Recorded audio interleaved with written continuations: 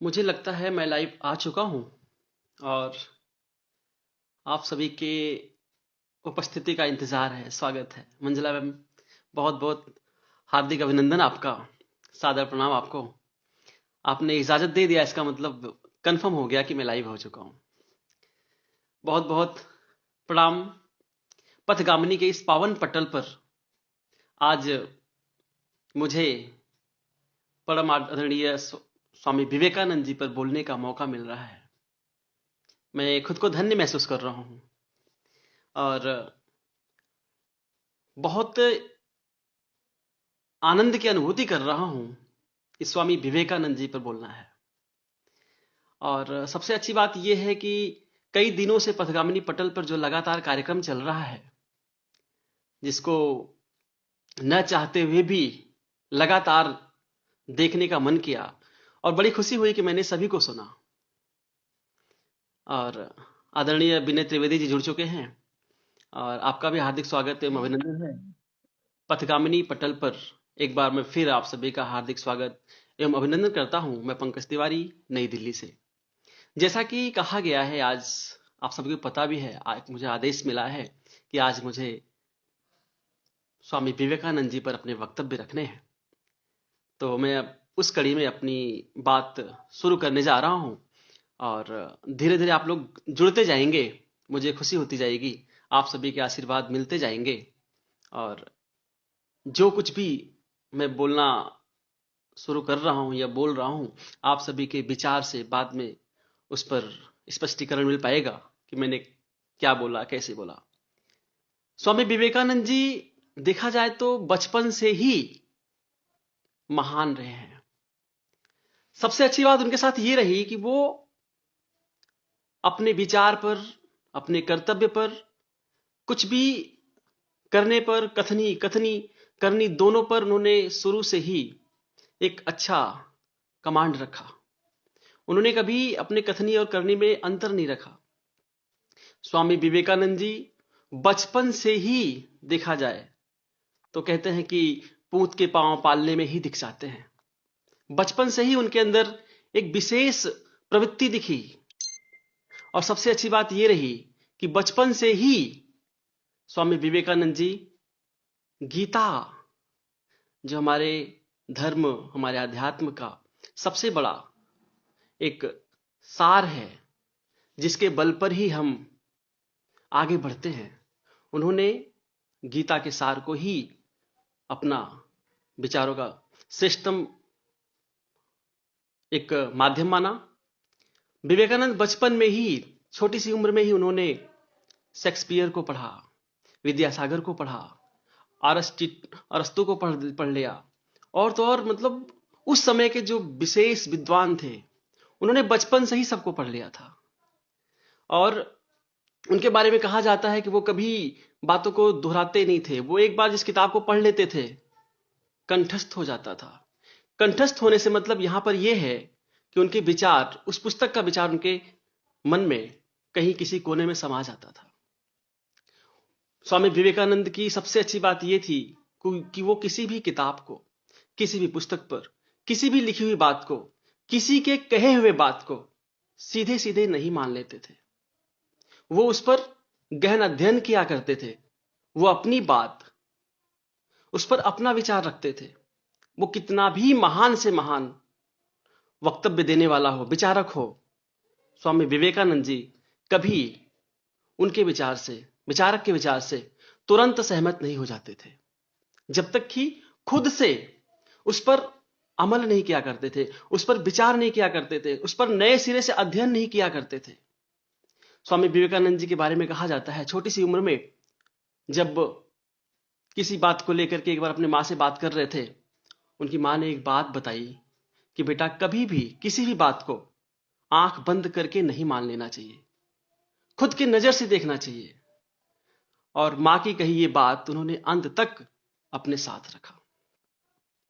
बड़ी अच्छी बात यह रही कि वो बड़े ही चूजी थे। किसी भी चीज को लेकर के चुनाव बहुत अच्छे ढंग से किया करते थे। आदरणीय परमहंस रामकृष्ण के बारे में भी यही स्थिति होती है। एक एक्सीडेंटल था माहौल, जिस समय परमहंस रामकृष्ण का और बालक स्वामी विवेकानंद जी की मुलाकात होती है। इनके यहां आसपास में एक कार्यक्रम चल रहा होता है, वहां पे परमहंस जी आए हुए होते हैं और जिस किसी को बुलाया गया होता है गाना गाने के लिए, गीत गाने के लिए, संगीत की प्रस्तुति हेतु बुलाया गया होता है, वो किसी कारण से उस समय नहीं आ पाया और अचानक से विवेकानंद जी को, नरेंद्र दत्त जी को वहां पर जाना पड़ा और उन्होंने अपने गीत के माध्यम से मोहित कर लिया रामकृष्ण को। परम हंस रामकृष्ण जो उस समय एकदम मायूस से थे, दीन दुनिया से उन्हें कोई मतलब नहीं था। कहा जाता है कि उन्होंने मां को, अपने आप को मां को समर्पित कर दिया था। जिस तरीके से एक बच्चा अपने मां से बात करता है, परमहंस रामकृष्ण हमेशा मां से बात किया करते थे। मां के बहुत बड़े पुजारी थे, आत्म साक्षात्कार हुआ था उनका, दुनिया को कुछ नहीं समझते थे, वो अपने में लीन रहा करते थे। वो परमहंस रामकृष्ण जिस समय बैठे बालक नरेंद्र दत्त को सुन रहे थे, इनके गीत को सुन रहे थे, इनके प्रस्तुति को सुन रहे थे, उस गीत जिसमें इन्होंने वैराग्य, जिसमें इन्होंने आध्यात्म की बात कही थी, उस गीत को सुनने के बाद परमहंस रामकृष्ण बालक नरेंद्र देव को गले से लगा लिया। पहली बार ऐसा लगा कि साक्षात्कार हुआ है, आत्मा परमात्मा का मिलन हुआ है। रामकृष्ण को लगा कि आज मैंने भगवान को पा लिया है। आश्चर्य होगा जान के आप सभी को कि वाकई में रामकृष्ण की नजर में नरेंद्र दत्त, बालक नरेंद्र दत्त, जो बाद में विवेकानंद के नाम से प्रसिद्ध हुए, भगवान बन गए थे। उनके साथ को तड़प रहे थे रामकृष्ण, जिनके पास, जिनको प्राप्त करने के लिए, जिनके ज्ञान को प्राप्त करने के लिए लोग तड़प रहे थे, वो तड़प रहा था नरेंद्र दत्त के लिए। हालांकि यहां पर थोड़ी समस्या थी, उस समय बालपन था, नरेंद्र दत्त इस बात को नहीं समझ पाए, बड़े आश्चर्यचकित हो गए और वो परमहंस रामकृष्ण से मिलने दक्षिणेश्वर मंदिर नहीं गए, जबकि उन्होंने निमंत्रित किया था, उन्होंने गुजारिश किया था, बेटे मुझे तुम्हारा इंतजार रहेगा, मुझे इंतजार रहेगा, आप दक्षिणेश्वर मंदिर में जरूर आना। इनको लगा कि क्या है मुझ में, क्यों आखिर रामकृष्ण जी मुझे बुला रहे हैं। नहीं माना इन्होंने उनकी बात को, इग्नोर कर दिया। कुछ भी हो, कहीं से भी देखा जाए तो बचपन था, बचपना उनके साथ भी था। ये बहुत दिनों तक नहीं पहुंचते हैं। एक दिन अपने क्लास में आध्यात्म को ही पढ़ रहे होते हैं और इनके प्रोफेसर साहब से कुछ संवाद होता है, वहां पे ये आध्यात्म की बात पर उनसे चर्चा करते हैं, आत्म साक्षात्कार की बात करते हैं। ऐसा कौन है जो परमात्मा से साक्षात्कार कर सकता है, क्या ईश्वर को कोई देखा है? ऐसे तमाम प्रश्नों पर बात चल रही होती है और उनके प्रोफेसर ने यह बात कही कि सिर्फ एक है जिनको साक्षात्कार हुआ है ईश्वर से। वो कौन है? वो है रामकृष्ण। जब उनके अपने प्रोफेसर साहब के मुंह से ये इन्होंने सुना कि रामकृष्ण, तब इनको अपनी बात पर, अपने विचार पर, अपने किए गए कर्मों पर बड़ा पछतावा हुआ कि रामकृष्ण जो मुझे बुलाकर गए हैं, उनके बुलावे को मैंने ठुकरा दिया। उसके बाद से इनके अंदर तड़प होती है परमहंस से मिलने की। आश्चर्य यहां भी देखिए भ्रम की बात आती है। भ्रम सबके साथ होता है, वो बालक नरेंद्र देव हो, स्वामी विवेकानंद जी हो, हम और आप हो, भ्रम की अवस्था सभी के साथ होती है। ऐसी स्थिति कभी कभी पैदा हो जाती है कि हम और आप निर्णय नहीं कर पाते, हम आप समझ नहीं पाते कि हम सही राह पर जा रहे हैं या गलत राह पर जा रहे हैं। जब ये परमहंस से मिलने पहुंचते हैं, परमहंस ने जिस तरीके से इनका स्वागत किया, वात्सल्य छलक रहा था, प्रेम छलक रहा था, अपनापन छलक रहा था। जिस तरीके से परमहंस ने इनका स्वागत किया, नरेंद्र दत्त का स्वागत किया, नरेंद्र दत्त डर गए। इन्हें लगा, अरे ये बुढ़ा पागल तो नहीं हो गया है। परमहंस रामकृष्ण को उन्होंने पागल तक करार कर दिया, पागल कह दिया उन्होंने परमहंस रामकृष्ण को। हालांकि देखा जाए तो कुछ गलती हुई थी परमहंस की तरफ से। उन्होंने तुरंत आह्लादित होकर के इस तरीके से इनके साथ भाव प्रकट किया। कोई भी डर जाएगा। नरेंद्र दत्त भी डर गए और वो वहां से डर के मारे भाग खड़े हुए। उनको लगा कि कहीं न कहीं मुझे ऐसा, मैंने गलत निर्णय ले लिया, मैंने गुरु का चुनाव सही नहीं कर पाया। और वो वहां से निकलते हैं, बाहर बारिश हो रही होती है और उसी बारिश में उन्होंने क्या देखा, एक बच्चा एक छाते में से भागता चला जा रहा है और पिता उस बच्चे को दौड़ दौड़ के बार बार छाते के अंदर लाना चाह रहा है। भीगते हुए नरेंद्र दत्त ने यह चीज देखा। वहां पे उनको एक तमाचा सा लगा कि आखिर ये बच्चा भाग रहा है और पिता बच्चे को बारिश से भीगने की बचाने का प्रबंध कर रहा है। बच्चे को भीगना अच्छा लग रहा है, लेकिन उसका परिणाम क्या होगा उसको देखकर उसका पिता बच्चे को बचा रहा है, बार बार छतरी के अंदर आने की बात कर रहा है। कहीं ऐसा मैं भी तो नहीं कर रहा हूं। बिल्कुल वहीं से इनकी आंख खुलती है और तुरंत वापस जाते हैं परमहंस रामकृष्ण के पास, उनके पैरों में गिर जाते हैं और तभी से ये उनको अपना गुरु मान लेते हैं। अब देखिए यहां पर बड़ी अच्छी बात हुई है कि गुरु शिष्य का एक जो परंपरा रहा, जब देखा कहा जाता है कि रामकृष्ण के मुख पर कभी हंसी नहीं होती थी। वो हमेशा खोए रहते थे, दुनिया की स्थिति को देख करके खोए रहते थे, डरे रहते थे कि आखिर होगा क्या समाज का। नरेंद्र देव को पाने के बाद, नरेंद्र दत्त को पाने के बाद उनके अंदर एक हंसी फूट पड़ी। हमेशा खिलखिलाना स्टार्ट कर दिया उन्होंने, खिलखिलाना प्रारंभ कर दिया उन्होंने। स्वामी विवेकानंद के बारे में इतनी कथाएं हैं, सार हैं, वो सागर हैं। भारत के आध्यात्म को समझने के लिए अगर देखा जाए तो सिर्फ और सिर्फ विवेकानंद को पढ़ लेना होता है, स्वामी विवेकानंद को पढ़ लेना होता है। महात्मा गांधी का वक्तव्य बार बार याद आता है। उन्होंने कहा है कि स्वामी विवेकानंद जी को पढ़ लेने के बाद भारत के प्रति जो मेरा प्रेम था वो 1000 गुना बढ़ गया। स्वतंत्रता के समय जितने भी सेनानी रहे हैं, अधिकतर के विचार स्वामी विवेकानंद के विचार से प्रभावित थे। रविन्द्रनाथ टैगोर जी का कथन याद आता है, जहां वो कहते हैं कि राष्ट्र को पढ़ने के लिए विवेकानंद जी को पढ़ लेना होगा। उनके अंदर नकारात्मकता है ही नहीं है, केवल और केवल सकारात्मकता है।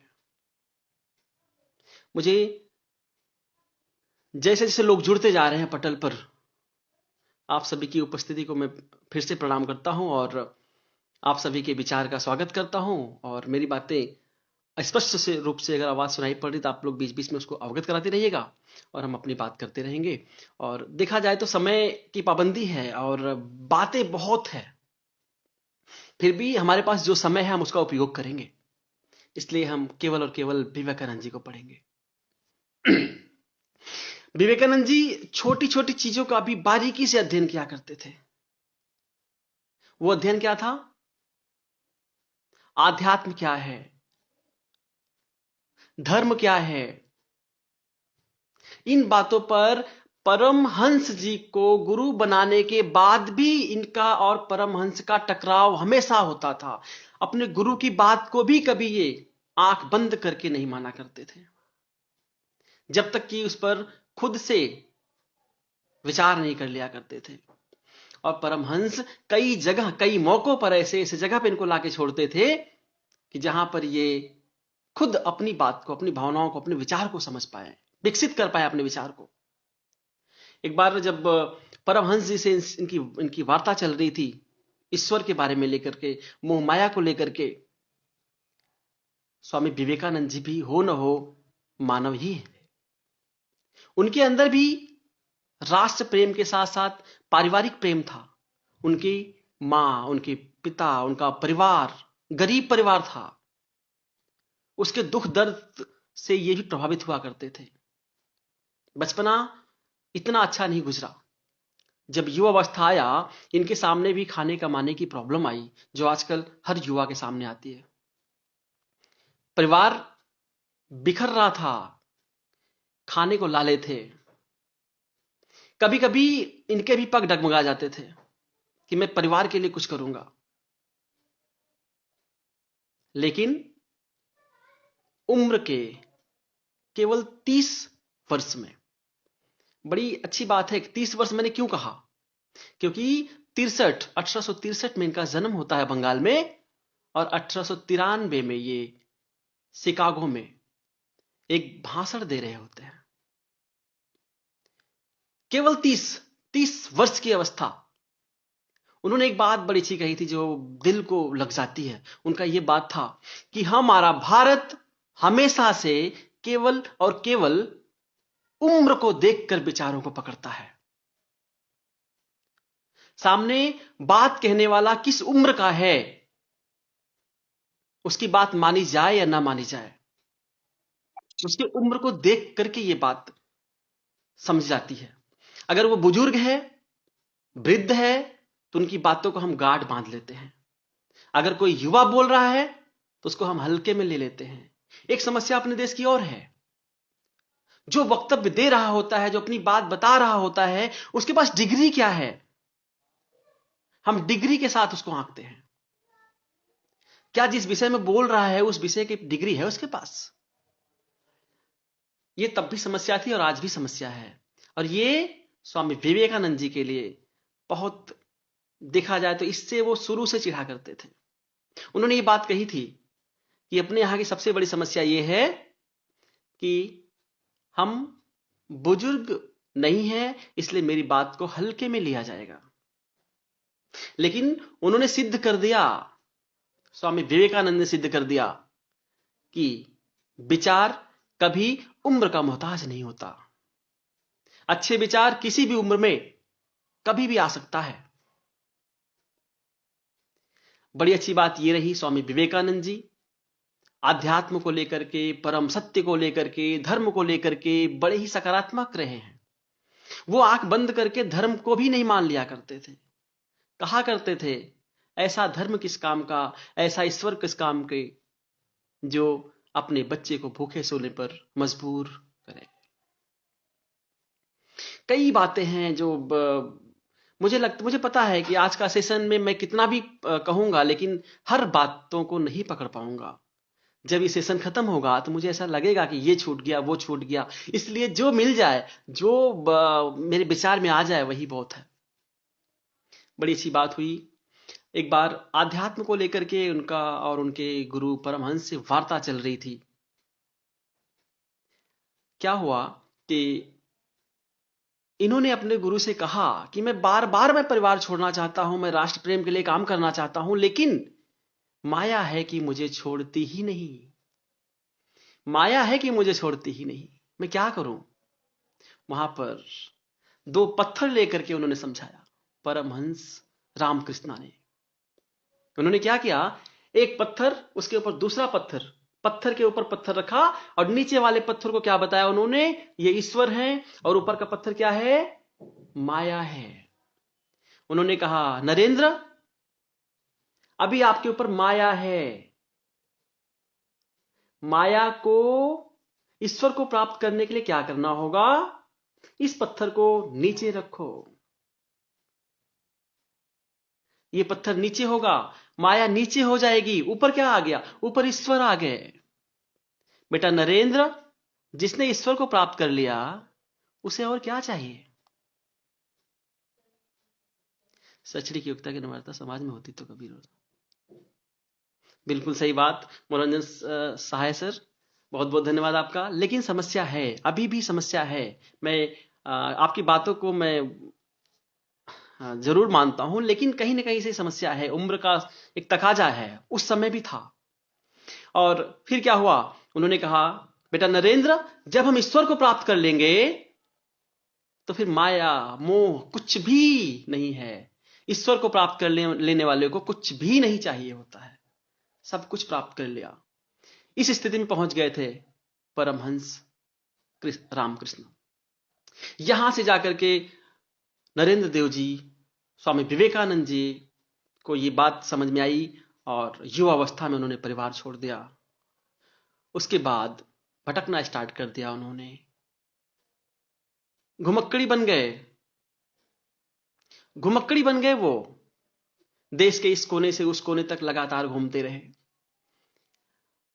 बड़े ही देखा जाए तो कठोरतम हृदय के हो गए वो परिवार को लेकर के, लेकिन कहीं ना कहीं से मानवता उनके अंदर थी।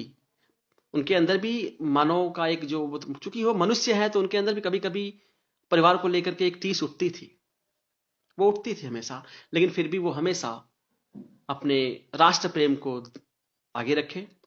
और एक बात याद आता है कि जब अपने इस पथ पर वो आगे बढ़ते हैं, एक बार हुआ कि आगे जब परमहंस जी, जैसे कि आप सभी को पता होगा कि उनको मुख का कैंसर था, और ये वक्तव्य एकदम देखा जाए तो व्यथित कर देता है मन को कि वो दर्द से तड़प रहे होते हैं। स्वामी विवेकानंद जी बार बार कह रहे हैं कि गुरुजी, आप तो माता को प्राप्त कर चुके हैं, उनसे आपका साक्षात्कार होता है, क्यों नहीं आप अपने दर्द को कम करने की बात करते हैं माता जी से। ये बात इतनी लगने वाली है, परमहंस ने तुरंत कहा, बेटे मेरा अपना क्या है, मैंने तो अपनी सारी चीजें मां को दे दिया। ये दर्द मेरा नहीं, मां का दर्द है। अब इस समय उनको दर्द हो रहा है, तो जब वो अपने दर्द को बर्दाश्त कर सकती हैं तभी दर्द दे रही हैं, और किसी को दे के कोई चीज वापस नहीं लिया जाता, फिर मैं कैसे ले लूं। हालांकि कहा जाता है कि उन्होंने मां से ये बात करी थी कि मेरे दर्द को कम किया जाए, तो उन्होंने कहा था कि बेटा तुमको क्या प्रॉब्लम है, तुम तो हजारों मुंह से खा रहे हो। लेकिन जहां तक मैं समझता हूं, विवेकानंद जी को सांत्वना देने के लिए उन्होंने ऐसी बात कही थी। परमहंस रामकृष्ण जिस समय इस दुनिया से विलीन हो गए, उसके बाद असली यात्रा शुरू होती है स्वामी विवेकानंद जी की। एक समय उनके मन में भी आया था, वैराग्य की बात आई थी, उन्होंने एक समय स्थिति क्या आई, वो समाधि के उसमें जाने वाले थे कि मैं कुछ नहीं कर सकता देश के लिए, मैं सोचता हूं कि मैं समाधि ले लूं। फिर वहां पर परमहंस ने समझाया था कि फिर सब में, हर सन्यासी में और तुम्हारे में क्या अंतर रह जाएगा, तुम्हें देश के लिए कुछ करना है। युवा सन्यासी एक राष्ट्र के लिए कुछ करना है। वहां से उन्होंने परमहंस रामकृष्ण की बातों को आगे बढ़ाने के लिए उन्होंने देश के कोने कोने की यात्राएं की और अपने धर्म की बातें लोगों को बताना शुरू किया। गीता के जो विशेष बातें जो रही हैं उसी को उन्होंने आगे तक ले गए वो। और एक समस्या आई कि मैं अपनी बातें सबके सामने कैसे पहुंचाऊं। उन्होंने क्या किया, हर जगह के शासकों से मिलना प्रारंभ किया।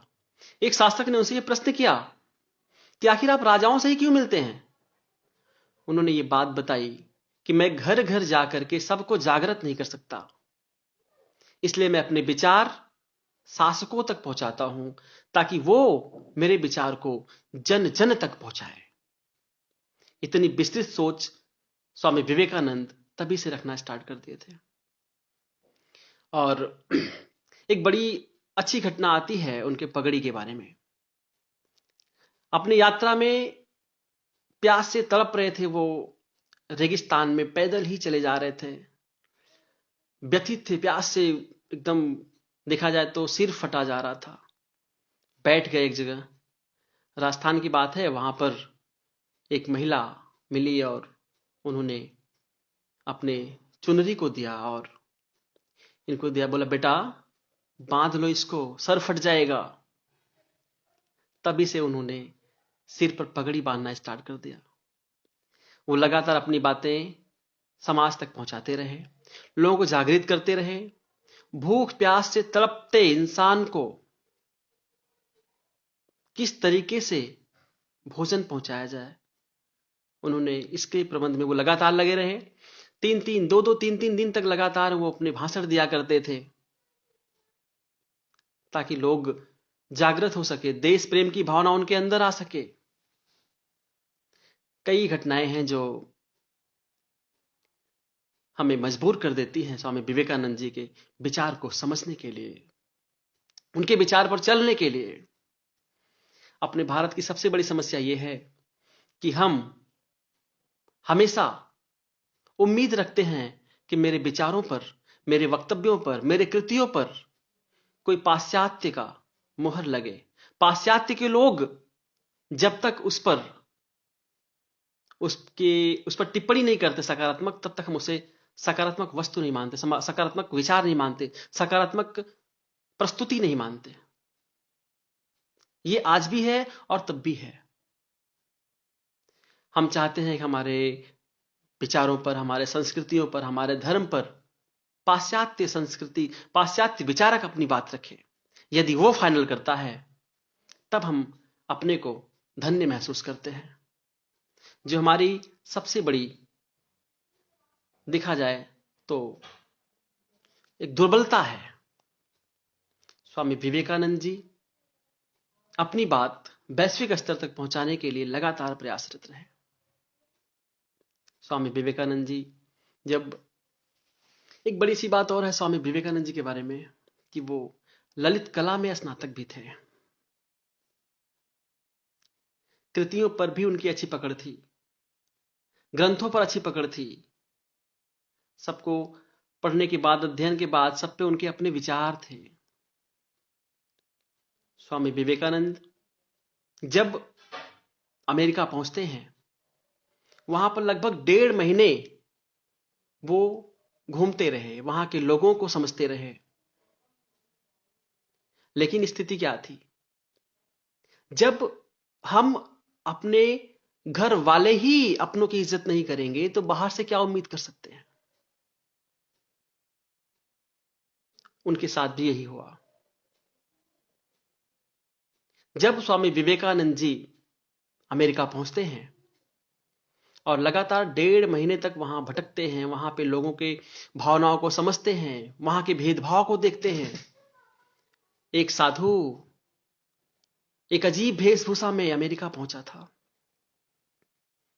कहा जाता है कि पहले सन्यासी थे जो सागर को लांघ कर बाहर गए थे अपने विचार लोगों तक पहुंचाने के लिए। वाकई में स्वामी विवेकानंद जी सागर ही थे, विचारों के सागर थे, भावनाओं के सागर थे। आध्यात्म को समझ पाने के लिए अथाह गहराइयों तक उतरे हैं वो, भाव को पकड़ने के लिए। वो परमहंस के विचारों के साथ अपने विचारों को मिलाकर आगे बढ़ रहे थे। भारत की शक्ति से, भारत के आध्यात्म से, भारत के धर्म से, भारत के व्यावहारिकता से लोगों को परिचित कराने का बेड़ा उठाया था उन्होंने। उनके साथ वहां पर बहुत ही भेदभाव हुआ। उनके वस्त्रों पर कटाक्ष हुआ, उनके रहन सहन पर कटाक्ष हुआ, उनके खान पान पर कटाक्ष हुआ, उनके वक्तव्यों पर कटाक्ष हुआ। यहां तक कि उन्हें होटल में ठहरने के लिए रूम तक नहीं मिल रहा था। लेकिन उनके मन में कड़वाहट नहीं थी, उनके मन में कटुता नहीं थी, उनके मन में भारत की श्रेष्ठता थी। उनको पता था कि ये सब हमें समझ ही नहीं पा रहे हैं, इसमें गलती इनकी नहीं है, गलती इनके सोच की है, गलती इनके शिक्षा का है, गलती इनके संस्कार का है। अब तक बाहर सिर्फ एक ही बात कही जाती थी, भारत को सपेरों का देश कहा जाता था, भारत को जंगलियों का देश कहा जाता था। लेकिन स्वामी विवेकानंद जी ने 93 में, एक देखा जाए तो 11/9 का जो डेट है वो अमेरिका में आतंकवाद के लिए देखा जाता है। लेकिन हम भारतीयों को 11 सितंबर स्वामी विवेकानंद जी के लिए देखा जाना चाहिए। एक उम्मीद मैं आप सभी से और करूंगा, कि ये जो 12 जनवरी की बात आती है, सिर्फ और सिर्फ 12 जनवरी को हम लोग विवेकानंद को याद करते हैं। थोड़ी सी दुखद बात है ये। स्वामी विवेकानंद जी को अपने हृदय में रखना चाहिए। जिस तरीके से हम गीता को अपने हृदय में रखते हैं, गीता के भाव को लेकर हमेशा चलते हैं, स्वामी विवेकानंद जी के विचारों को एक साथ भी हमें हमेशा चलना होगा। हम युवा हैं, हौसला मेरा युवा है। रग रग में थी दिव्यता, कण कण का था ज्ञान। ऐसे थे हमारे विवेकानंद महान। और जब शिकागो में वो पहुंचे, उन्होंने क्या किया, वहां के होटलों में उनको ठहरने के लिए व्यवस्था नहीं मिल रही थी। लेकिन जब उन्होंने एक बात कही थी कि मैं जो स्वप्न खुद के लिए देखता हूं वो कभी पूरा नहीं होता, लेकिन जो स्वप्न मैं राष्ट्र के लिए देखता हूं वो कितना भी विकट बड़ा स्वप्न हो जरूर पूरा होता है। शिकागो के विश्व धर्म सम्मेलन को लेकर के भी यह सपना ऐसा ही था। उस समय उनके सामने बड़ी विकट स्थिति थी कि मैं यहां पर अगर मुझे भाषण देना होगा तो मैं कैसे पहुंच सकता हूं। 1.5 महीने पहले की बात थी कि वो पहुंच भी पाएंगे कि नहीं, संशय था। लेकिन उन्होंने पहले ही कहा कि मैं जो देश के लिए सपना देखता हूं वो जरूर पूरा होता है, और जो खुद के लिए देखता हूं कभी नहीं पूरा होता। तो ये सपना देश के लिए था। शिकागो में वहां वो पहुंचे, और बड़ी अच्छी बात है कि वो जो एक अजीब वेशभूषा था उन लोगों के लिए, जब उस अधिवेशन में ये बैठे, सभी को सुन रहे थे, सभी को ध्यान से सुन रहे थे, तन्मयता के साथ सुन रहे थे, और लगातार बड़े बारीकी से गौर कर रहे थे हर बातों पर। कुछ लोग थे जो प्राच्य की चीजों को, प्राच्य की विशेषताओं को वहां पे इंगित किया था, उन्होंने उस पर भी गौर किया। जब इनका नंबर आया बोलने का और स्वामी विवेकानंद जी मंच पर पहुंचते हैं, तो मंच पर पहुंचने के बाद उसके पहले इनके साथ संशय क्या था। इन्होंने कोई खर्रा लिख के वो अपने साथ नहीं ले गए थे। मुझे क्या बोलना है इनको नहीं पता था, मुझे क्या कहना है विवेकानंद जी को नहीं पता था। धन्यवाद मंजुला मैम, मुझे क्या बोलना है नहीं पता था। विवेकानंद जी मंच पर पहुंचते हैं, थोड़ी देर वहां बैठे करीब 6,000 या 7,000 पब्लिक को समझते हैं, भांपते हैं। ये उनका एक अध्ययन था पब्लिक पर, उसके बाद बोलते। लेकिन वहां की जो जनता थी, जो सुन रही थी, जनता के साथ हम कह सकते हैं जो वैश्विक स्तर पे जो धर्म गुरु आए हुए थे, सबको लगा कि ये अजीब वेशभूषा का व्यक्ति क्या बोलेगा, डर गया है, डर गया है ये।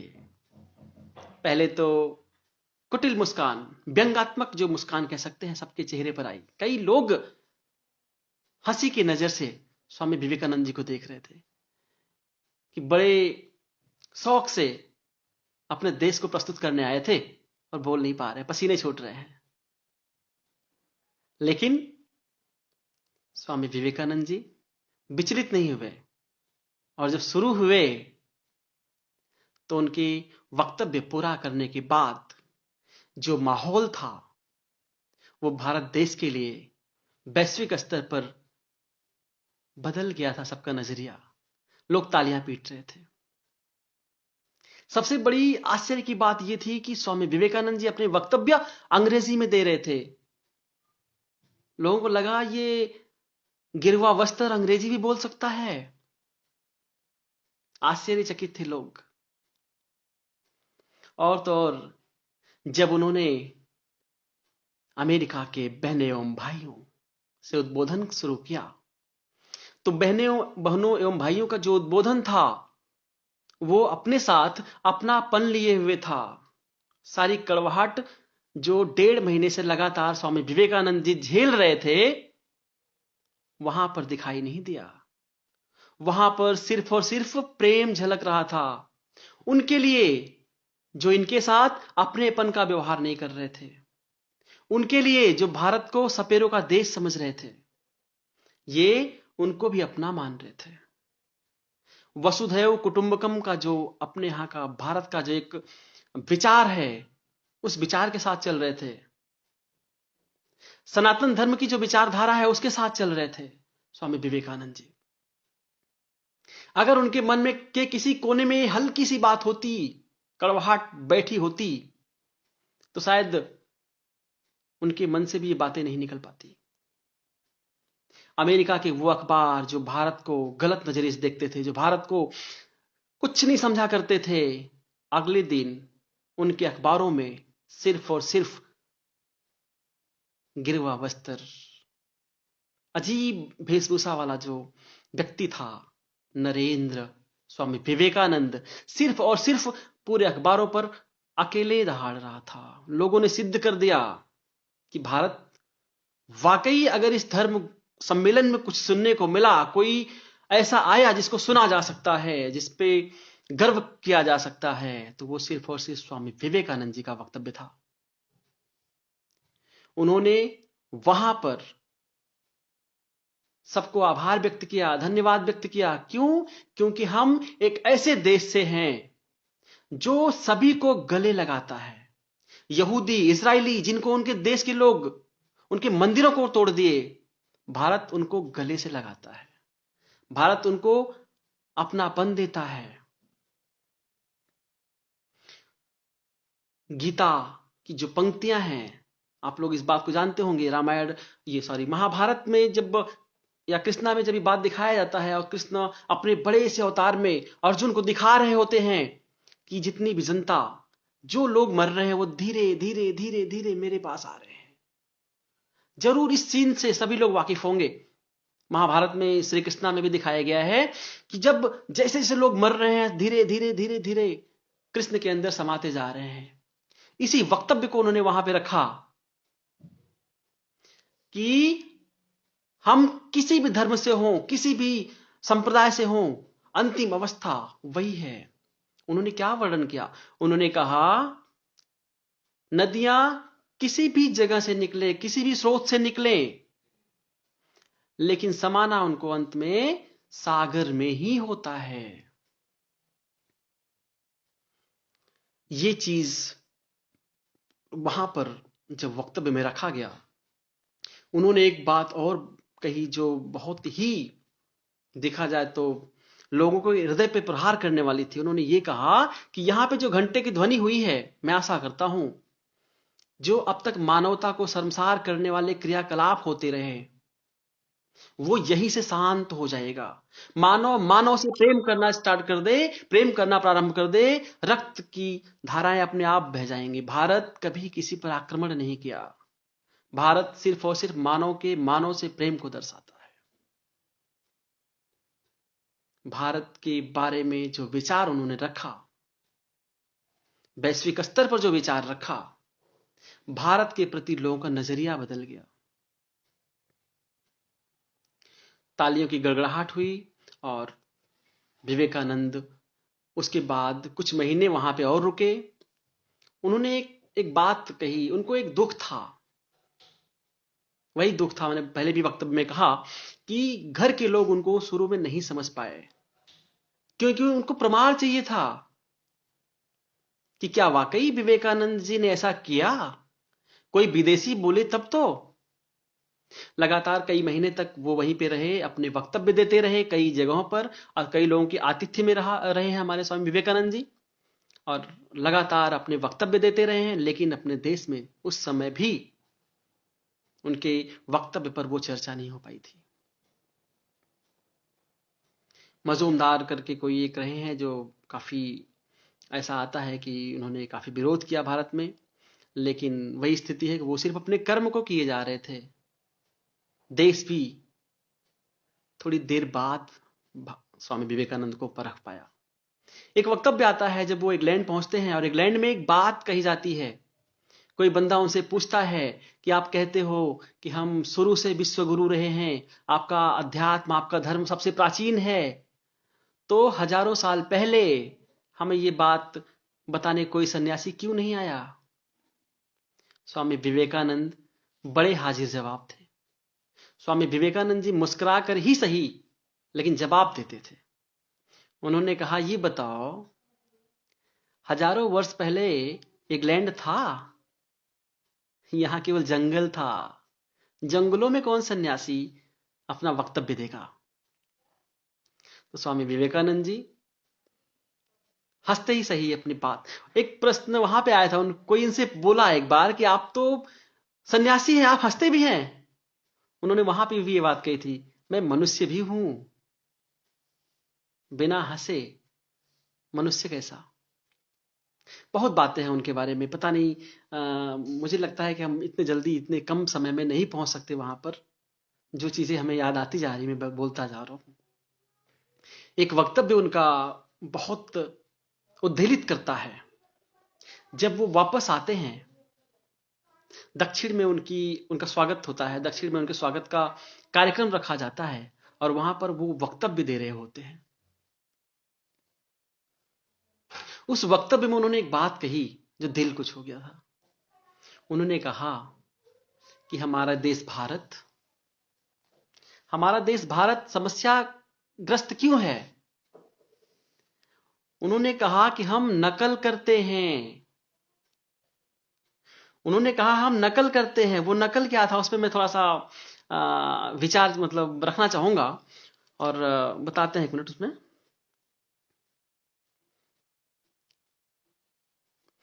उन्होंने कहा कि भारत के विकास में सिर्फ दो बातें हैं जो विकास में रोड़ा है। वो रोड़ा क्या है? उन्होंने बड़े ही भारत में आने के बाद अपने स्वागत समारोह में उन्होंने बात कही कि हमारा भारत जग रहा है, बहुत अधिक समय तक नहीं सो सकता। हमारे यहां का कण कण जग रहा है। वो तो ऊपर का एक लेयर था जो थोड़ा सुप्त पड़ गया था। लोग जग रहे हैं। मेरे जाने के बाद एक विवेकानंद नहीं, हजारों विवेकानंद पैदा होंगे। तो उन्होंने वहां पे एक वक्तव्य कहा, उन्होंने एक विचार कहा, उसको मैं रखना चाहूंगा। उन्होंने कहा कि हमारे राह में सिर्फ दो रोड़े हैं। पहला रोड़ा क्या था? अंधविश्वास का राक्षस। उन्होंने कहा हमारे देश में दो रोड़े हैं विकास के, एक अंधविश्वास का राक्षस और एक यूरोप देश के नकल का जो राक्षसी है। और वो क्या था? यूरोपीय सभ्यता की राक्षसी। एक राक्षस और एक राक्षसी। उनके बात करने का सिस्टम भी देखिए, मतलब हंसते हुए ही सही विशेष बात कह जाते थे वो। अंधविश्वास का राक्षस नंबर 1, और यूरोप की जो नकल करते थे हम लोग, उन्होंने उसका नाम रखा आधुनिक यूरोपीय सभ्यता का राक्षसी। उन्होंने कहा सिर्फ ये दो बाधक हैं और अगर जरूरत पड़ी तो इन दोनों में किसी एक को चुनने की। तो उन्होंने एक बात कहा कि अगर मतलब लोग कहीं से नहीं जग पा रहे हैं, बाई द वे कोई समस्या आती है और मुझे दो में किसी एक का चुनाव करना हुआ, अंधविश्वास का राक्षस और आधुनिक यूरोपीय सभ्यता का राक्षसी, तो मैं सिर्फ और सिर्फ अंधविश्वास का राक्षस चुनूंगा। सोचने वाली बात है कि अंधविश्वास का राक्षस क्यों? उन्होंने वहां पर एक बड़ी अच्छी बात करी।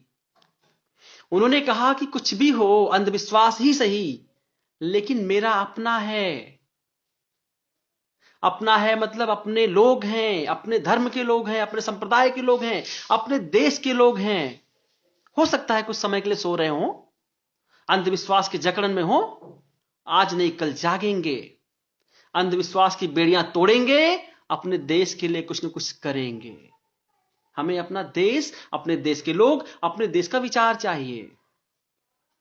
यूरोपीय सभ्यता ओढ़कर अगर हम आगे बढ़ेंगे तो वो बिना रीढ़ की हड्डी होगी हमारे लिए। बिना रीढ़ की हड्डी का इंसान क्या कर सकता है? अपने आगे एक बहुत बड़ी विशेषता है, आप देखेंगे, दूर के ढोल सुहावने दूसरी बात हो गई। मैं एक हल्की सी बात करता हूं कि जब घर में, अपने घर में बड़ी अच्छी सब्जी बन रही होती है, लेकिन चूंकि एक ही हाथ से खाते खाते हम थक जाते हैं और पड़ोस में हल्का सा महक आ जाए तो लगता है कि उस महक को सुन के लगता है कि बहुत अच्छा खाना बन रहा है।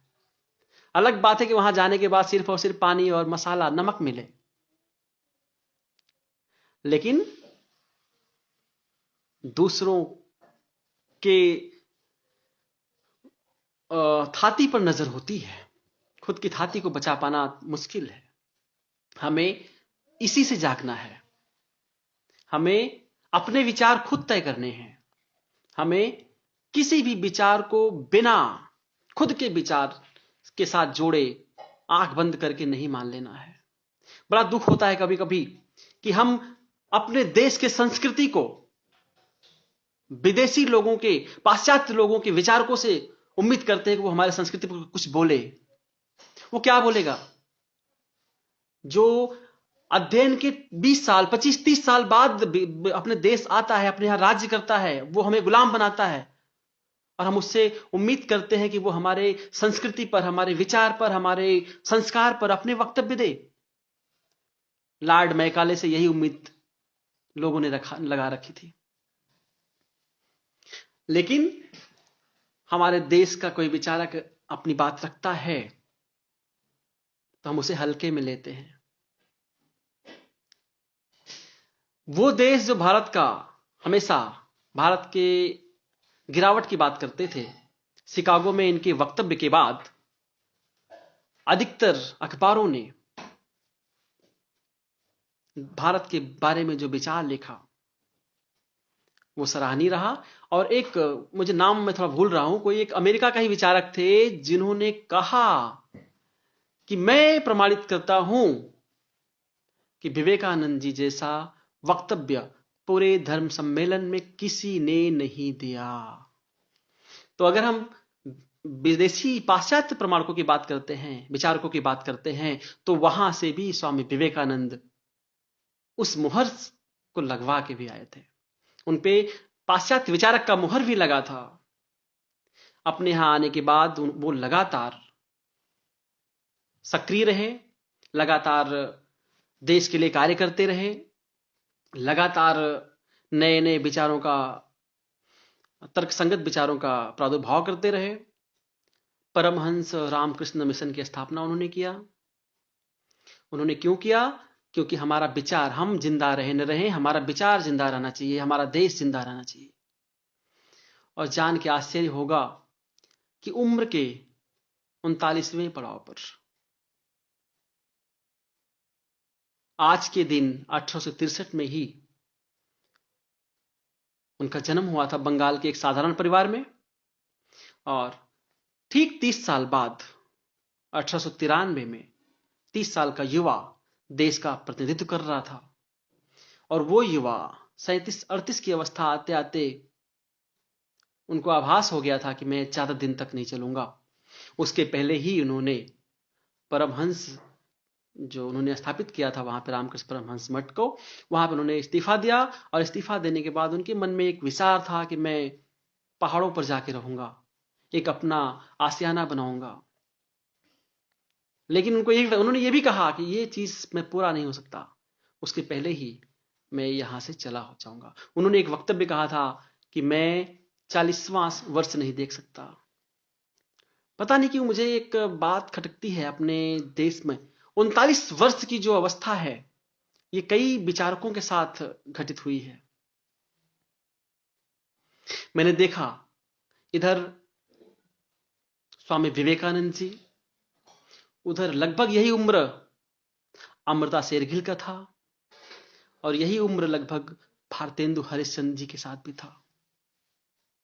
हमारे यहां ऐसे कई युवा हैं जो 39 उम्र की अवस्था ही उनके लिए अंतिम अवस्था थी, लेकिन इसी इतने समय में उन्होंने देश के लिए जो देके वो चले गए। अमृता शेरगिल की बराबरी आज तक नहीं है महिला कलाकारों में। भारतेंदु हरिश्चंद्र जी को देख लीजिए। तमाम बातें हैं जो कितना भी करेंगे छूट जाएंगी। और फिलहाल समय भी होने को है, और कई ऐसी घटनाएं हैं जो जिनका जिक्र हमें करना चाहिए, मैंने किया स्वामी विवेकानंद जी के उस पर विचारों पर। आज एक मेरा आलेख भी प्रकाशित हुआ है, और उसमें मैंने काफी ऐसे पहलू पर काम किया है जो अबूझ पहेली है। पथगामिनी पटल पर वो है भी, आप वहां से भी विचार पढ़ सकते हैं। एक वक्तव्य है जो बड़ा छूट रहा है मुझे, मैं बताऊं। एक बार स्वामी विवेकानंद जी, चूंकि जब वो विदेश में, जब शिकागो में उनका कार्यक्रम हुआ, उसके बाद वो लगातार यूरोप में, इंग्लैंड में घूमते रहे, भारत के वक्तव्य को, भारत के विचारों को, अध्यात्म को समझाते रहे लोगों को। तो वहां पर तुलनात्मक अध्ययन उन्होंने किया, पाश्चात्य और प्राच्य का तुलनात्मक अध्ययन उन्होंने किया। एक मित्र के बुलावे पर वो जब वहां पर पहुंचते हैं तो उन्होंने क्या देखा, जिस होटल में वो ठहरे हुए थे उस होटल में सारी व्यवस्थाएं थी, लेकिन नहाने को पानी नहीं था। और वो इस बात को मानते हैं कि वो और उनके मित्र लगातार ढूंढते रहे। करीब 12 होटलों में वो लोगों ने प्रयास किया। 12 होटल ऐसे थे जहां पे उन्हें नहाने के लिए पानी नहीं मिला। हम ऐसे देश की नकल करते हैं, हम ऐसे देश की नकल करते हैं जहां हमारे संस्कृति को समझ पाने की समझ ही नहीं है। हम अपने किसी अपने के कहे बातों को नहीं मानते हैं। समस्या यहीं से होती है। हमारा देश संस्कारों का देश है, हमारा देश संस्कृतियों का देश है, हमारा देश विचारों का देश है। हमारे पास विचारों की बाढ़ है। अलग बात है कि हम उसे ग्रहण नहीं कर पाते। हमारे देश में आंतरिक स्वच्छता है। हमारे देश में कोई भी कार्य करने से पहले आंतरिक स्वच्छता पर ध्यान दिया जाता है। और विदेशों में क्या है, आंतरिक स्वच्छता हो न हो, खाना परोसते समय हाथ में बड़े बड़े ग्लव्स होंगे। ऐसी सभ्यता पर हम लोग फिदा हैं। आशा है कि आंख खुलेगी, लोग अपने सभ्यता पर, अपने देश की माटी पर फिर से विश्वास करेंगे। फिर से उन्होंने जैसे कहा था विवेकानंद जी ने कि जागो, उठो, जागो और तब तक बढ़ो जब तक मंजिल की प्राप्ति ना हो जाए। समय लौटेगा, क्योंकि कहा गया है कि परिवर्तन ही प्रकृति का नियम है। परिवर्तन होगा। और उन्होंने उनकी एक बात जो उन्होंने चुनौती देकर के लोगों से उन्होंने कहा था कि भारत एक ऐसा देश है जहां, उन्होंने चुनौती दिया लोगों से कि भारत एक ऐसा देश है जहां पर कोई नहीं दिखा सकता कि ऐसा कोई समय नहीं रहा जहां पर कोई ऐसा विचारक ना हो जो दुनिया के लिए एक संदेशवाहक की भूमिका निभाए। हर समय कोई न कोई ऐसा विचारक हुआ है जिन पे देश गर्व कर सकता है। उसी गर्व करने वाले अनुभूति में, उसी गर्व करने वाले व्यक्तित्व में एक थे स्वामी विवेकानंद जी। और कुछ अपने आज के आलेख से मैं एक बात उठाऊंगा।